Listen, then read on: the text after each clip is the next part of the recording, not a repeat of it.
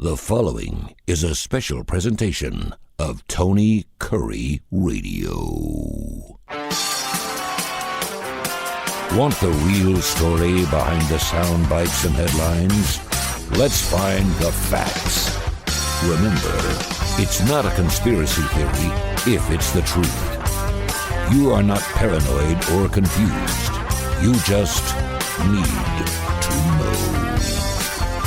Welcome in, everybody. It's time for another edition of Need to Know. Keefer with you on the cusp, I guess, of the Ides of March. I always think about that this time of year as we come into March and spring and hope is eternal. What are all the cliches we can come up with? But I've always heard, of course, it's associated with the Julius Caesar assassination, the emperor of the Roman Empire, on the Ides of March. But I've known part of the story from the classic Shakespearean play Julius Caesar, that the Ides of March, which I did look up a couple of years ago just to see exactly when and why they're called that. It emanates from the Roman calendar, which was not conducted the way we're used to, counting the days to the end of the month. They used kind of a backward counting system from certain points of the month that I tried to understand and interpret, but I really didn't come up with anything. But basically, the Ides of March is kind of the middle period of the month. So between, say, the 10th and 20th is kind of the general range, and we're coming up into that now. And famously, in the play Julius Caesar, the scene that who knows if it's realistic or if it's just myth, but supposedly Julius Caesar early in the month of March was walking from the palace over to the Senate chamber and passed an old man who was always in the street, who was considered a soothsayer, which is a term you don't hear very much anymore, but basically a seer of the future. And he called out to the emperor and got his attention and said, "Beware the Ides of March." And Caesar just kind of shrugged it off and went about his business. Well, several weeks later, in the throes of the middle of the month, he saw the old man again and couldn't resist looking over at him and saying, "Hey, seer, here we are in the Ides of March," and kind of shrugged. And the old man famously replied, "Yes, we are in the Ides of March, but the Ides of March are not concluded." That day in the Senate, Julius Caesar was stabbed repeatedly by members of the Roman Senate, which I know probably some senators in our modern day system here in America probably would have liked to have reenact that with several presidents in recent years. But that is the famous story behind the ominous Ides of March. And here we are on the cusp of those. Now, I'm not a soothsayer, but I think the modern day equivalent of a soothsayer could be argued is a consultant, somebody who sees trends, sees the future, is aware of things, and can give good advice to public figures or people in prominent positions on how to conduct themselves and the best way to use the advice that they get for the strategies of how they should concentrate their efforts and messaging going forward. So in the tradition of the great seer who warned Julius Caesar and the Ides of March, I'm going to be the modern day equivalent today. And this one day only offer to several prominent people on this list, or people that believe themselves to be prominent, I'm going to give some free consulting advice. And I'm going to start with someone who was in the news for the wrong reasons last week, the now lame duck and soon to be former mayor of America's major city, Chicago, Lori Lightfoot. Now, Lori Lightfoot was a political unknown largely. She stormed on the scene in 2019. She ran in Chicago against political machines. She positioned herself as being different. This was a chance to vote for diversity. This was a chance to vote for a gay Black woman to be mayor of Chicago and take the city in a whole different direction, healing and unifying and ensuring public safety and growth and prosperity. And everybody is going to benefit. Vote for Lori Lightfoot. In 2019, that was the message. And Lori Lightfoot did get into a runoff in the general election and crushed really her opponent in the runoff election, getting 73% of the vote, winning every single ward and district in Chicago and sweeping into the mayor's office amid all this momentum and promise. And it was a vote for diversity. That's what we always hear. We need to give others a chance who are diverse and bring a new approach and new energy to these typically male-dominated positions. So Lori Lightfoot takes over as mayor in 2019. Now we're in 2023. Her 4-year term is winding down, and the results of the new direction for Lori Lightfoot, well, let's just call it what it is: disastrous. Chicago is a terrible mess, much worse than when she took over in 2019. The murder rate is up 60%, violent crime some 37%. The city is just totally unsafe. It is not secure. Public safety has not been improved. It has been diminished with her and her partner, progressive DA Kim Foxx, who has installed the turnstile form of justice as the Chicago police bring in suspects and try to make cases. She sends them right back out the door, not prosecuted, not punished, to conduct their affairs as they see fit. It's happening in a lot of big cities, and Chicago is certainly not immune to that. The murder rate on the south side of Chicago is ridiculous, and it's not just gang members taking out each other. It is a lot of people just walking the streets or playing in their yard or sitting on their porch. The gunfire is so prevalent that a lot of damage is being done to people that are just in the wrong place at the wrong time. And it's really just nightmarish what's happening there. Violent crime, smash and grab robberies of gangs coming in of 8 or 10 people to jewelry stores and expensive handbag retailers and things of the like that make a quick strike, come in and smash display cases, steal merchandise, and walk right back out the door. And the Lori Lightfoot policy in Chicago has been to take away police's ability to chase perpetrators. So they have no exposure and very little chance of being caught or discovered. And even if they are arrested, the chances they'll be prosecuted are minuscule. So, of course, that's led to just a disarray that it's hard to even describe in the Windy City. So Lori Lightfoot runs for re-election this year, and last Tuesday, was the first round of that, and 9 other candidates lined up to be in the race. And so right away, what does that tell you? That the incumbent mayor is as vulnerable as a wounded tuna in the middle of the sea, surrounded by a school of hungry sharks. They knew she was vulnerable, and everybody and their brother-in-law got in the race. And Lori Lightfoot did not fare very well in the election last week. She came in third, so she beat 6 other contenders. Good for you, Lori. But running third in this particular instance is a loser because she only got 17% of the vote.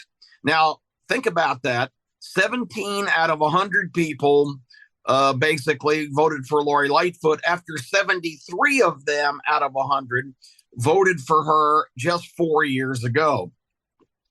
And serving in office and making a lot of promises is a lot different than let me rephrase that. Serving in office and actually having a record that you can run on is a lot different proposition than having a lot of promises before you take office with the approach of give me a chance, let me show you what I can do, let's go a different direction. I'm full of cliches today, but the proof is in the pudding. And Lori's pudding was just downright rotten. It didn't work out at all. Chicago voters just made a huge rebuke of her time in office, only giving her 17% of the vote. It's her reaction. And as a consultant, I'm going to give you some advice, Lori. Don't have press conferences like you did the next day and say, well, I guess our city just isn't ready for a gay Black woman to be mayor. They were really ready 4 years ago when you sold yourself on that basis and said, give me a chance to make a difference and take us in a different positive direction. But you have to go in and perform. It's almost like an airline. If you're on a flight, let's say you're on an international flight, and the pilot reports for duty and everybody goes, oh, guy, he's an old white guy. He's got years of experience. He's got all kinds of flight hours. But let's go a different direction. Let's pick somebody that's diverse, that doesn't have any background. Other people need a chance. We need equity. We don't need to be celebrating and giving all the opportunities to the people at the top of the rung. We need to raise people up that have never had the opportunity and have been cheated by society and give them a chance. So let's put somebody in the cockpit that doesn't have any experience, but we can all be feeling good about ourselves on the flight because we have exercised the promise of diversity. And right away, the plane runs into turbulence, can't get off the ground, has a couple of near disasters, almost crashes, whatnot. And about halfway through the flight, the crowd rises up and says, get that person out of the cockpit. The pilot needs to get back in there. That's the same kind of principle we have in these elections, where we put somebody in charge that really is not up for the job.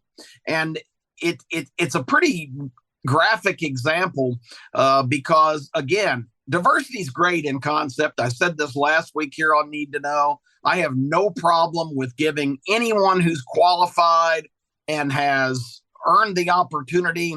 If anyone is denied those opportunities because of what they look like or what their ideology of, that is absolutely wrong, and I am not in support of that whatsoever. However, you don't make things diverse just for the purpose of accomplishing the task when it doesn't make practical sense. And putting someone like Lori Lightfoot in the mayor's chair was a terrible mistake by Chicago voters.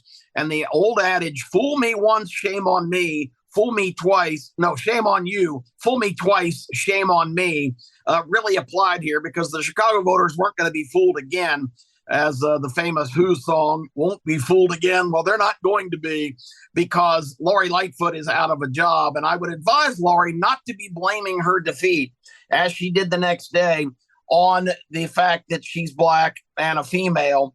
That had nothing to do with Lori. You had your chance at the wheel, and you failed miserably. So accept your fate. Your political career is probably over. No one's going to be lining up to give you another opportunity. So, Walmart needs greeters. There's a lot of good jobs available around the country, since about half the workforce has not reported back to work. So turn your direction in a different way, and best of luck to you. But again, people in the last 4 years did not turn into sexists and homophobes and racists because they overwhelmingly supported you and you didn't deliver. That's why you lost, not because you were a diverse choice for mayor. It's because you were an unqualified one. So let's move on from Lori to another guy that I've been talking about a lot, Pete Buttigieg, our Secretary of Transportation. Last night in Ohio, unbelievably, another Norfolk Southern train had a major derailment. 28 cars coming off the track about 200 miles from East Palestine, where it happened just a couple of weeks ago, with disastrous results as toxic chemicals escaped into that community, into the ground, into the water, into the air. This time, thankfully, the bullet was dodged, although the 200-car train was carrying some toxic materials. Those particular cars did not derail, 28 of the 200, but not the hazardous material cars. So we're not going to have a repeat, but it's another derailment. There's been 3 or 4 others in the couple of weeks since East Palestine. I told you here last week that there is an average of 3 train derailments every single day in America. That's over 1,000 a year. We've got a big problem. Here's my consulting advice to Pete Buttigieg, the Secretary of Transportation, another diversity appointment who had no background other than owning a Prius in transportation expertise. Pete, I really got a strong suggestion for you, and I hope you'll take my free consulting advice. There is a huge problem with the railroads, and you are the Secretary of Transportation. I've got a lot of experience in crisis management and coming up with common sense solutions to address problems. This problem needs to start with you actually getting out of wherever you hang out and hide and stay out of the public view, unless you want to pop up and talk about woke policies and how the interstate system in America, which completely made this country a unbelievable success. It linked all of the major areas. The Interstate Act of the 1950s that took almost 30 years to complete opened up commerce and cities and transportation and really transformed our country into a worthy and wealthy country, but into a mega power because it gave mobility and tremendous economic opportunity to so many people. Of course, Pete Buttigieg says the interstate system was racist because it was built largely through a lot of lower income and minority neighborhoods. I'm sorry, the internet system is not racist. It gave everybody an equal opportunity at commerce and mobility, and it was one of the great things ever done by the U.S. government.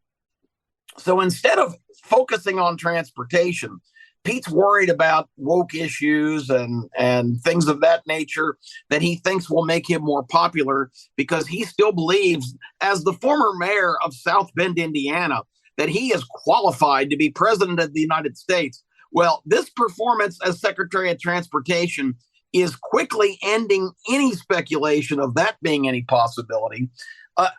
Pete, if you want to revive your career and do something substantial, you need to get all the principals together, all of the railroads, and I understand that they are very secure. They're a major donor to mostly Democrat candidates, and they pour millions of dollars in to buy influence in Washington.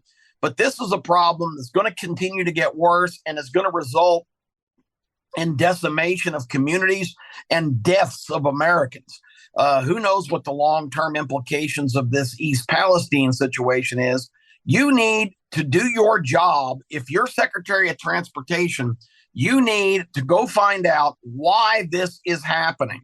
And again, I'm not an expert on transportation, but I have some pretty good theories. Number one, why do we have 200 car trains?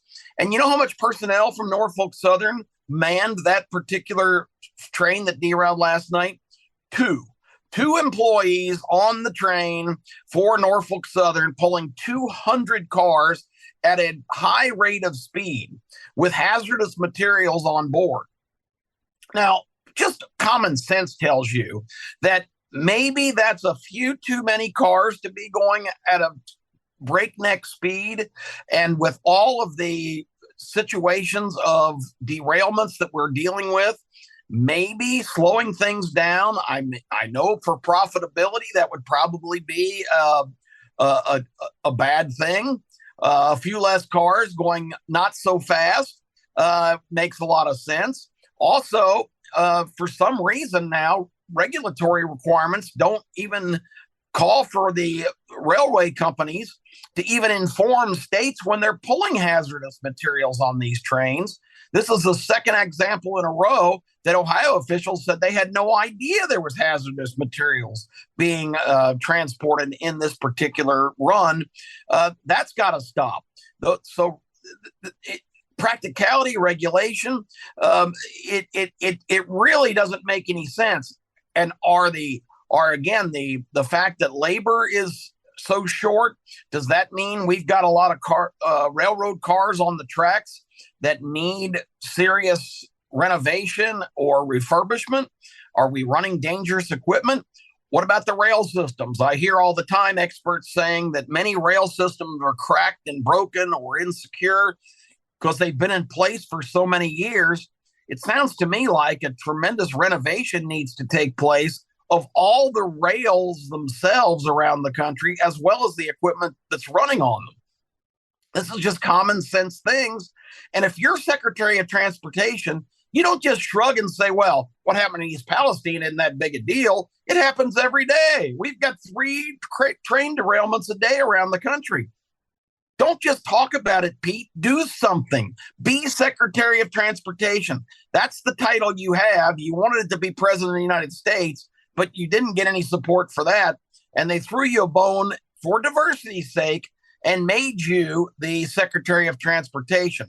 Either do the job or resign and get the hell out of the way and let somebody serious with transportation background, railway background, run that show, because this has got to stop.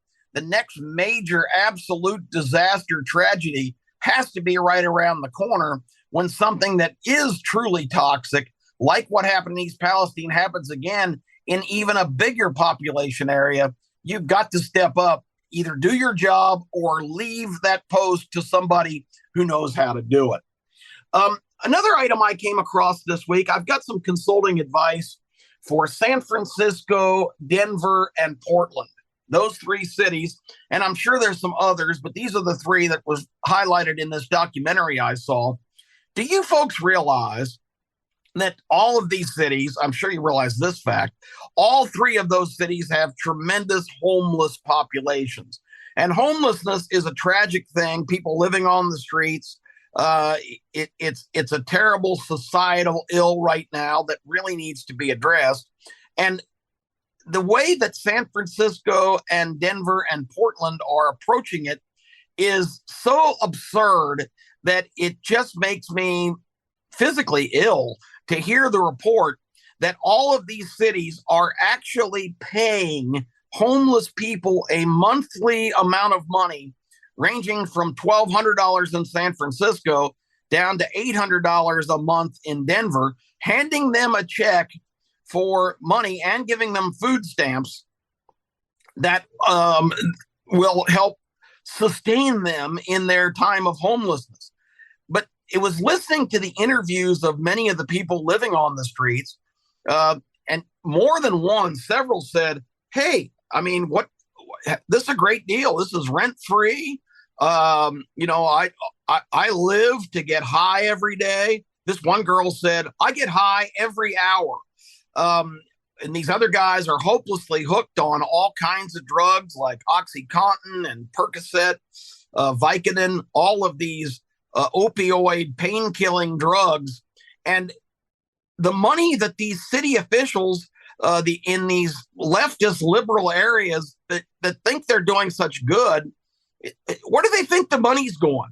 The money is going into buying drugs. They're in providing facilities for people to shoot up and do different things in these areas. It's just unconscionable to me that someone that has the authority and is involved in government in these localities doesn't know that almost every dime committed to these folks is just going into facilitating their drug habit. It's not improving their situation. They're not using it to get out of that situation. One guy said, hey, they provide 3 square meals a day and give me money so I can buy my drugs. This is the greatest deal in the world. Another guy said, yeah, I get, even before all these prices were increased, all these handouts were increased. He said, for years in LA, I lived on the street and they gave me both a $400 a month expense check and also gave me $250 a month in food stamps. He says, the first thing I would do is go online and sell my food stamps for $100 and then go cash my $400 out. I'd have $500 to buy drugs. He said, and within 3 days, I was completely broke again, waiting for next month. It's a vicious cycle, and all they're doing is facilitating it because the main cause of homelessness, and again, my heart goes out to people on the street because economic crisis or other disasters of their life have forced them to do that. But so many people are out there that are hopelessly drug addicted or mentally ill, and giving them money only feeds the beast. It does not do anything to improve their circumstances, and it makes it less likely that they're going to seek any kind of solution in terms of resolving their situation. It really, if you give it some thought and hear the voices of people that are out there, it just is so maddening and so ridiculous that these do-gooders, thinking that they're doing the right thing for people that are homeless, are actually pouring gasoline on a raging fire. So some free consulting advice this week. I think that everybody should take heed. My final one is to Merrick Garland, our Attorney General of the United States. Merrick Garland, of course, if you recall, was appointed by Barack Obama upon the death of Antonin Scalia, the Supreme Court justice that passed away in the last year of the Obama term. And Merrick Garland was his choice to replace him. But with an election coming up, the Senate did what every Senate in previous times in the same circumstance have done. They did not bring up Garland for nomination. It was a Republican-controlled Senate, and they were going to wait till the election, and they did, and the time passed, and Donald Trump, of course, was elected, a Republican president, who immediately used his ability to nominate a replacement, which was Neil Gorsuch, who the Senate did hear and put in place. So Merrick Garland was just out. So when Joe Biden became president here in 2020, his nominee for the Attorney General's office, Merrick Garland, who obviously, if he's even halfway human, has resentment for what happened to him in the Supreme Court situation. So as the chief law enforcement officer of the United States, he had been a judge for 20 years on the federal court system, but not eminently qualified to be the chief law enforcement officer. Anyway, he stepped into the position hardly in a position where he would be unbiased and equal application of the law. He had a big resentment against Trump and all the Republican senators and anybody who supported any of those people. And you can see in the application of the laws how he is conducting himself. He was absolutely barbecued last week on the Senate floor in a hearing asking about unequal application of the law, why the left is basically treated with kid gloves, and the right, including Mark Houck, a guy we told you about here on Need to Know previously. He's an evangelical Roman Catholic, heavily anti-abortion, but not a major activist or protester. He's the father of 7. He has a regular job. And about a month ago, actually was right before the end of the year, back in November, Houck and his 7 children and his wife were up for breakfast, getting ready to go off to work and school, respectively. And 24 FBI agents with shields and guns drawn came and banged on the door and took him away in handcuffs with a SWAT type of raid. And the offense was, a year previously, Mark Houck and 7 other people from his church had stood out and peacefully prayed in front of an abortion clinic. And they were cited on a obscure federal charge of obstructing the entrance to an abortion center. The local authorities chose not to press charges because they were not violent and were not obstructing anyone. But the Garland Justice Department dispatched 24 FBI agents to this suburban home and terrorized this family, leading their father away in chains. It's a blatant example of the fact that in the time leading up to the aftermath of the Floyd murder, and it was a murder, and the officer responsible is convicted and now is serving in prison. The protests were just ridiculous, with fire bombings and violence in all kinds of American cities, resulting in no arrests. And the few that there were, celebrities and other politicians rallied to bail these people out. And then when the decision came down on the Docs case last year on abortion rights, we had a repeat of that kind of violence, particularly on Catholic churches and pregnancy advocacy centers. And those people were not arrested at all after these demonstrative displays on people that are on the other side of the discussion. And when asked to explain that, Garland perhaps had the lamest answer in the history of American politics when he said, well, most of these other protests at abortion clinics and the like happen in daylight, so we've got clear photography and can identify the perpetrators. Most of the others on the other side happen in the dark of night, and those identities are much harder to come up with and require much more investigative effort. That was his excuse. It was night and day, literally. Merrick Garland, I think you are ill-cast. Another person I would advise to step aside and let a real professional run our Department of Justice. Lady Justice is supposed to be blind, and you are anything but in the way you're applying, or in this case, not applying equal protection under the law. We're out of time. I appreciate your listening to my consulting advice. If any of you need consultation, just let me know. I'm always standing by, whether it's the Ides of March or not. I'm Kip Keefer. Don't miss our new show, Keefer and Kurre, as we tackle all kinds of interesting sports, entertainment, even political issues. Nothing is immune to Keefer and Kurre. We're going to talk about some more interesting things this week on the show, and it's going to be great. Can't wait. Proud to be on TKR and looking forward to talking to you again very soon with everything you need to know. This has been a special presentation of Tony Kurre Radio.